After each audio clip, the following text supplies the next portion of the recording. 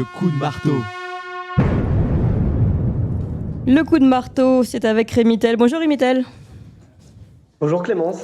Alors je rappelle que vous êtes fondateur du collectif Peuple Libre, essayiste, auteur dernièrement de ce livre Le Vieux Témoin aux éditions du Verbeo. Alors de quoi allez-vous nous parler plutôt aujourd'hui, Rémi ?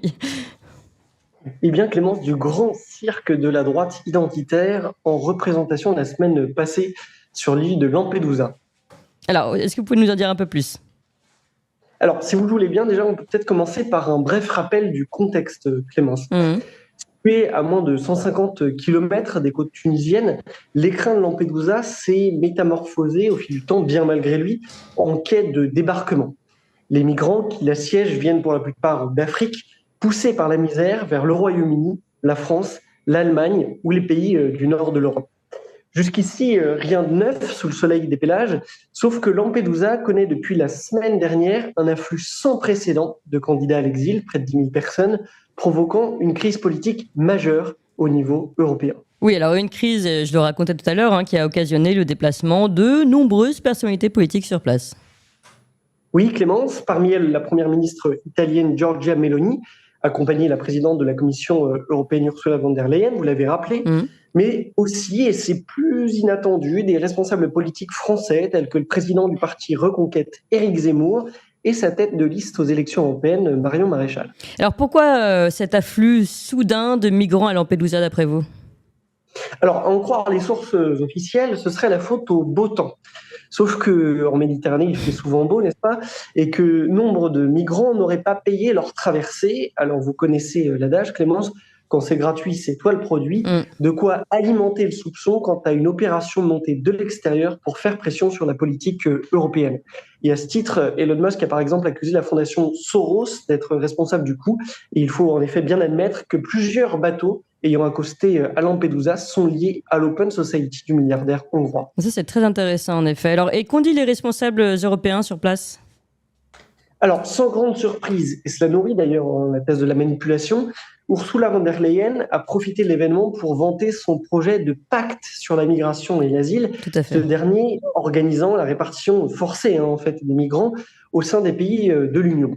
En revanche, les propos de la première ministre italienne, eux, en ont surpris plus d'un. Giorgia Meloni, devenue, vous vous en souvenez, depuis son élection en octobre 2022, l'égérie des identitaires européens, a ainsi déclaré « Si quelqu'un en Europe pense que la question pourrait être résolue simplement en fermant les frontières italiennes, il serait clairement aveugle. » Oui, donc énorme revirement. Comment vous l'expliquez, Rémi ? Alors, il ne s'agit pas d'un simple revirement, je pense, mais plutôt d'une trahison des électeurs de Fratelli d'Italia. Déjà amorcé il y a quelques mois, certes, lorsque Meloni expliquait, je cite, que l'Europe et l'Italie ont besoin d'immigration. D'ailleurs, depuis son arrivée au pouvoir, les flux migratoires ont explosé dans les péninsules italiennes. Oui. Meloni présentait comme l'inespéré rempart de la civilisation européenne. La preuve qu'enfin, on allait voir ce qu'on allait voir. Bref, du zémourisme à la sauce méditerranéenne, l'arrière-goût de la défaite en moins. Chez les identitaires, certains avaient même poussé l'idolâtrie jusqu'à apprendre l'italien, comme jadis au collège, on apprenait l'allemand par amour de Tokyo Hotel. Et pourtant, ma chère Clémence, la débandade de Meloni était tellement prévisible. Pro-UE, pro-OTAN, sa volonté de protéger l'identité italienne ne pouvait pas finir autrement qu'en vaste blague. Nous avons prévenu, mais avec leur arrogance habituelle, les identitaires ont rétorqué que cette fois-ci, tout serait différent et que la volonté sans faille de la Première ministre permettrait de terrasser l'immigrationnisme bruxellois. Il n'en a, une fois de plus, rien été. Oui, en clair, ce que vous nous expliquez, Rémi, c'est qu'on ne peut pas arrêter l'immigration sans sortir de l'Union européenne. Oui, c'est l'évidence, je crois. Vouloir l'UE sans la submersion migratoire n'est pas moins insensé que de commander un cheeseburger sans steak ni fromage. Depuis 1999 et le traité d'Amsterdam, les États membres de l'Union ont été dessaisis de leur politique en matière d'immigration. La libre circulation fait loi et il ne leur est par exemple plus possible de revenir sur le regroupement familial suite à une directive de 2003, ni même d'expulser un clandestin arrêté pour la première fois. C'est la directive Retour de 2008. L'appartenance à l'UE implique également de facto la reconnaissance des décisions de la Cour européenne des droits de l'homme, dont le biais idéologique, comme Wikipédia, n'est plus à démontrer.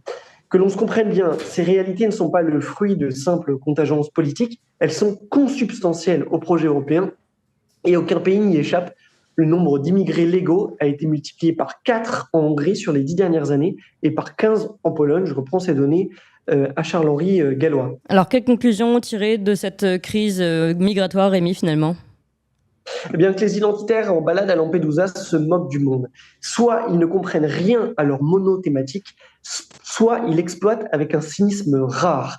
Pour parler plus clairement, dès lors qu'ils ne veulent pas sortir de l'Union européenne, ni Reconquête, ni le Rassemblement national n'ont la moindre crédibilité en matière de lutte contre l'immigration illégale. Multiplier les gesticulations médiatiques et l'outrance verbale ne fait pas une politique de civilisation. Au contraire, même en singeant un combat pour l'enfermer dans l'impasse, les identitaires font perdre un temps précieux à la France. Puissent leurs électeurs s'en souvenir au mois de juin prochain. Ah, ça demanderait qu'on ait encore un petit peu de mémoire. En tout cas, on note bien, hein, Rémi, cette idée de mise en scène finalement autour de Lampedusa pour renforcer, enfin mise en scène par certaines ONG pour renforcer cette idée et la mise en place du pacte immigration. C'est quand même très intéressant. Ça n'a pas été beaucoup développé. Et puis on garde la mémoire de ce que vous avez rappelé pour les Européennes notamment. Merci Rémi Tell. Et à très bientôt. Merci.